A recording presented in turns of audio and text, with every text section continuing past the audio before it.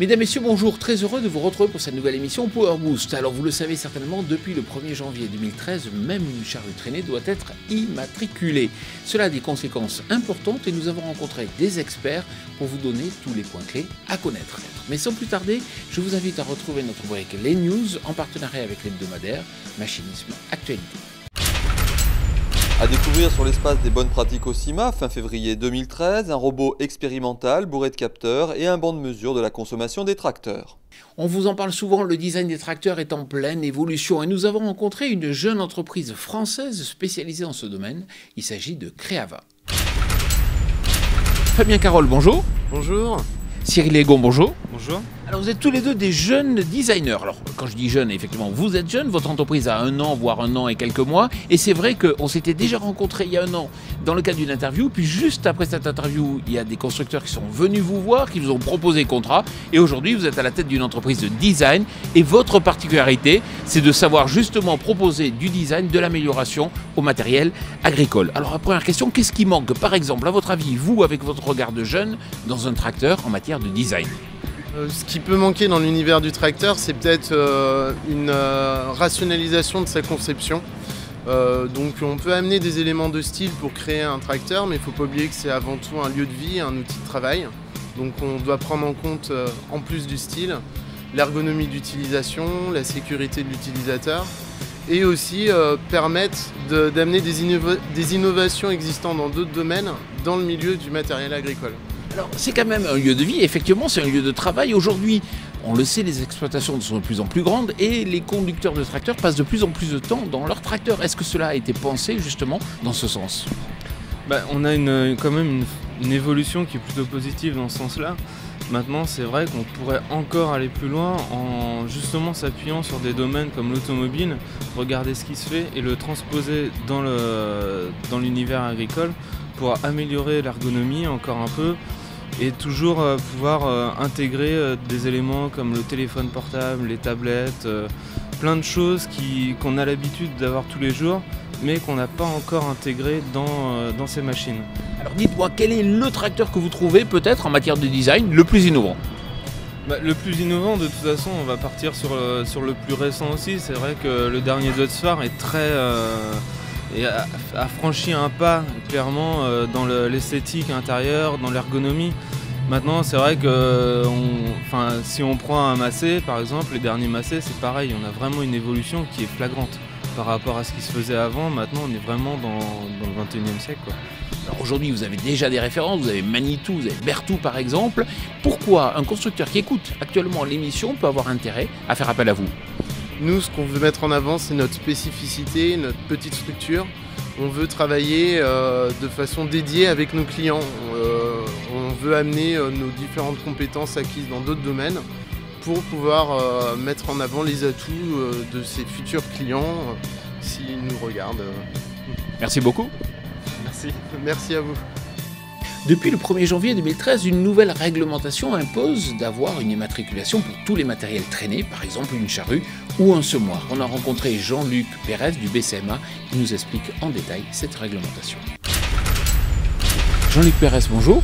Bonjour. Alors vous êtes ingénieur au sein du BCMA, alors il y a une nouvelle réglementation, de quoi s'agit-il ? C'est la mise en place effective pour toutes les machines roulantes tractées derrière les machines agricoles, donc les charrues, les semoirs, les covercrops, de la mise en place du système d'immatriculation à vie, du SIV, donc d'une immatriculation à vie des machines. Alors concrètement, tous les matériels, du moment qu'ils ont une roue, du moment qu'ils pèsent plus de 1,5 tonnes, sont concernés ? Toutes les machines nouvellement mises sur le marché, donc vendues neuves depuis le 1er janvier 2013, sont concernées par cette réglementation. Est-ce que ça va changer pour l'utilisateur ?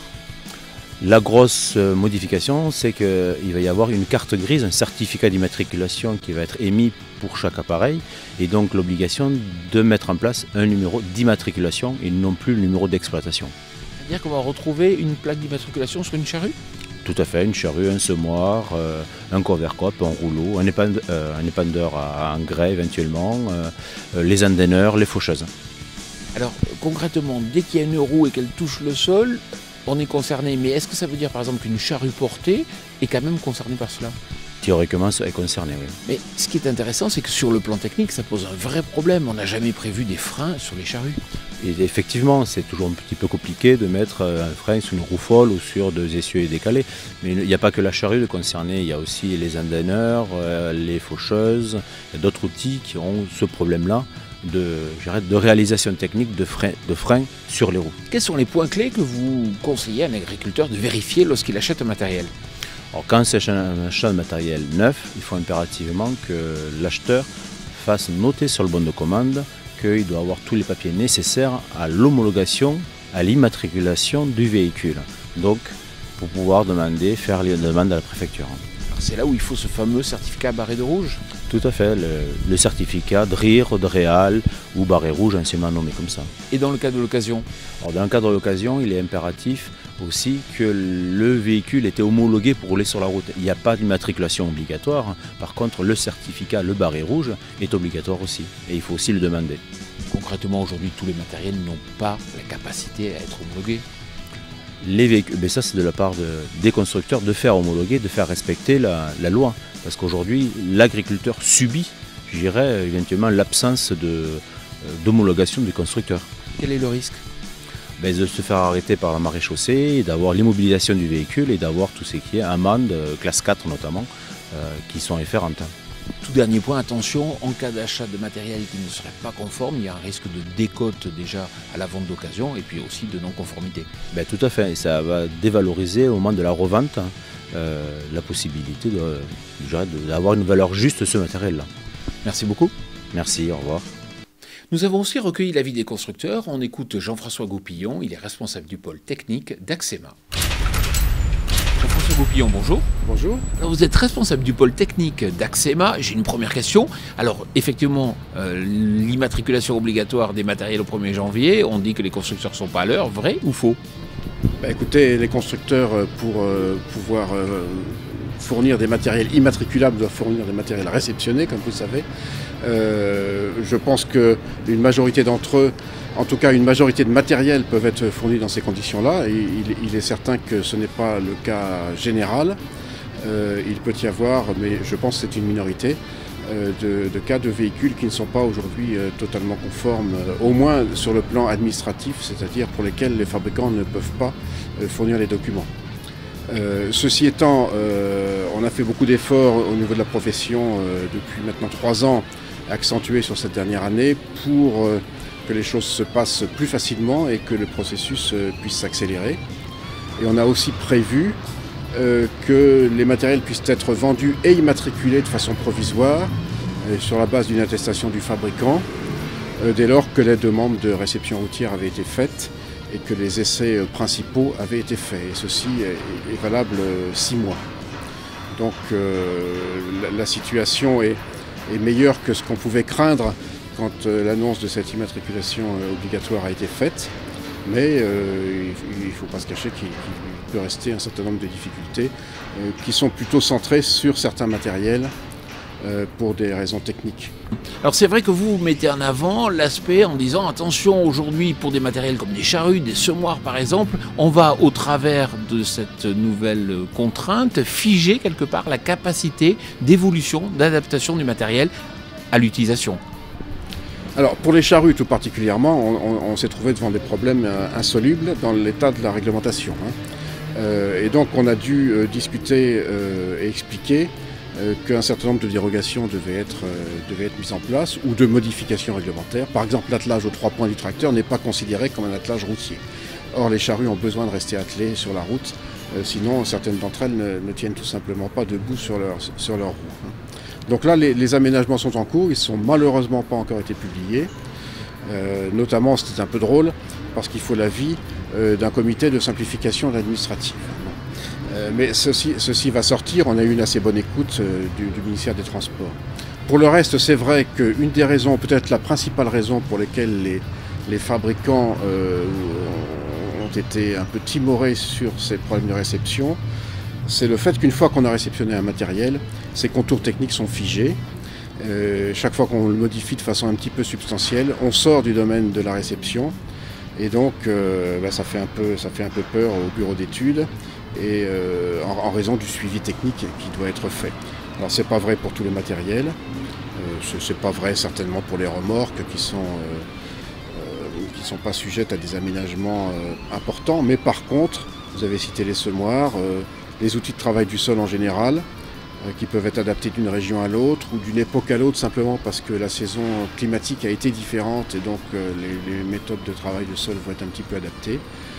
Ça pose un problème si ces modifications-là n'ont pas été anticipées. Merci beaucoup. Eh ben, je vous remercie. Comme chaque semaine, on vous présente un lycée agricole qui a participé au concours Champs-Élysées. Je vais vous présenter l'équipe qui a participé au concours Champs-Élysées. Alors c'est l'équipe du BTS deuxième année, agronomie production végétale du lycée des Établières.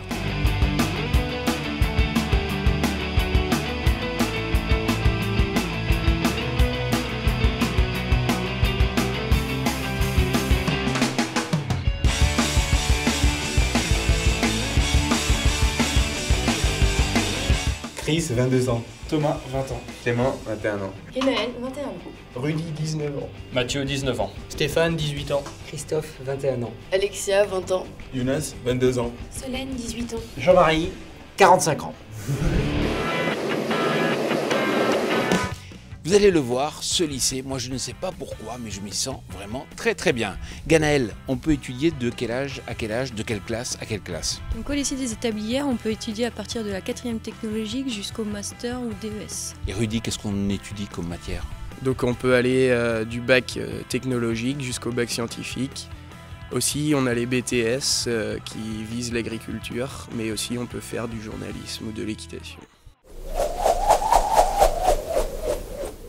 Maintenant, on va faire un focus sur le projet. Christophe, bonjour. Bonjour monsieur. C'est quoi le projet? Nous avons réalisé un essai sur le mélange variétal de blé tendre d'hiver et nous cherchons à vérifier l'efficacité de cette méthode en matière de lutte contre les maladies et les bioagresseurs. Younes, c'était quoi les critères d'appréciation? Les critères sont la qualité, la hauteur, la précocité et la tolérance aux maladies. Avec Mathieu, on va voir le côté économique et le côté technique. Alors qu'est-ce que ça a donné? Donc en termes de rendement, on est un peu inférieur, mais nos marges brutes sont supérieures, étant donné que nos charges sont plus faibles. Alexia, il y avait aussi un volet communication? Oui, donc on a dû contacter des partenaires pour pouvoir avoir un contact avec le monde du travail et aussi pour pouvoir travailler en collaboration avec eux de façon à avoir les moyens de réaliser en fait notre projet tout simplement. Jean-Marie Gauthier, vous êtes prof de production végétale. Pour vous, quel a été l'intérêt pédagogique de cette démarche? Oui, alors l'intérêt essentiel, c'est de faire du terrain en lien avec la théorie et surtout qu'il soit confronté au monde professionnel le plus tôt possible. Voilà, PowerBoost, c'est terminé. Je vous rappelle que si vous voulez tout connaître sur l'innovation dans le domaine du machinisme, des tracteurs ou des technologies, c'est sur notre site média partenaire www.agriculture-nt.com. Je vous souhaite une très bonne semaine.